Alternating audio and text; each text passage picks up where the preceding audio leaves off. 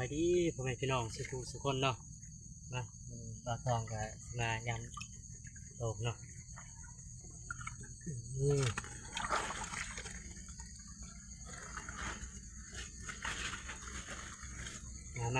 มาลุ้นน้ำกันนี่ว่า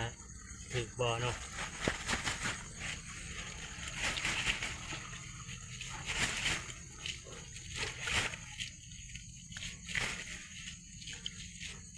นี่มาลุ้นน้ำกันทุกคน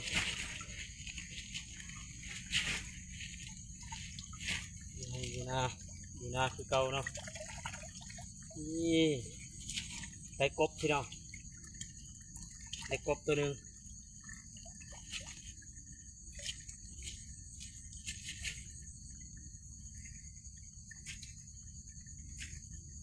กบตัวหนึ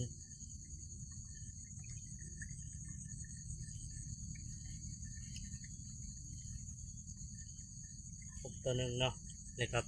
มีปู2 ตัว 3 ตัว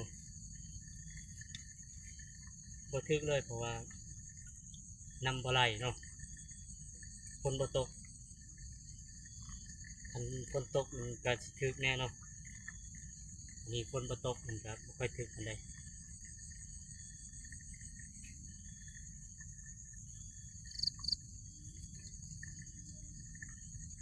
นี่ใส่ละกบเอา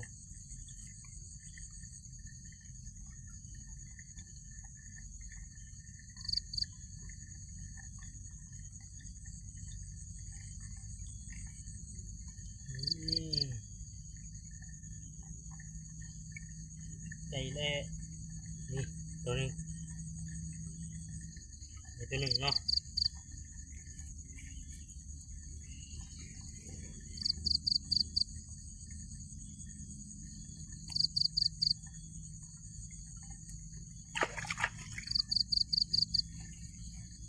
นี่ก็เป็นปูปลาบ่มีเลยปลาบ่มีจักโตเลยเนาะ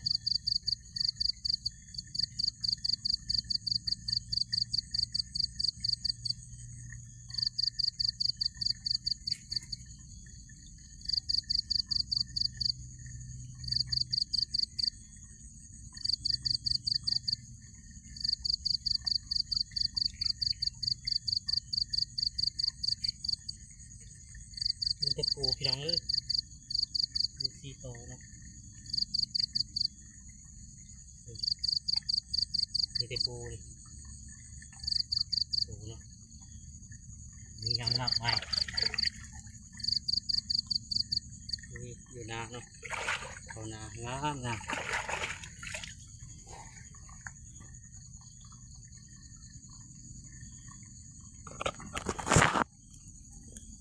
นี่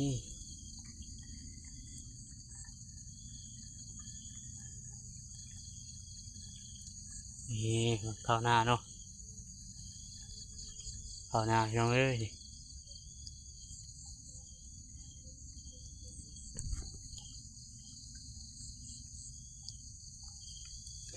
เข้านางามเนาะนี่โตเขาใสเนาะบ่ถึกเลยเนาะนี่มีแต่ปูเนาะปู3 ตัว 4 ตัวครับกบตัวหนึ่งเนาะกบน้อยเนาะนี่กบน้อยตัวหนึ่งไปจีกินกันเนาะผมมีหยังมากมายอยู่นาคือเก่าเกี่ยวเข้ามานี่เนาะพี่น้องเนาะนี่เขากำลังสุกเลยเขาสุกแล้วเนาะ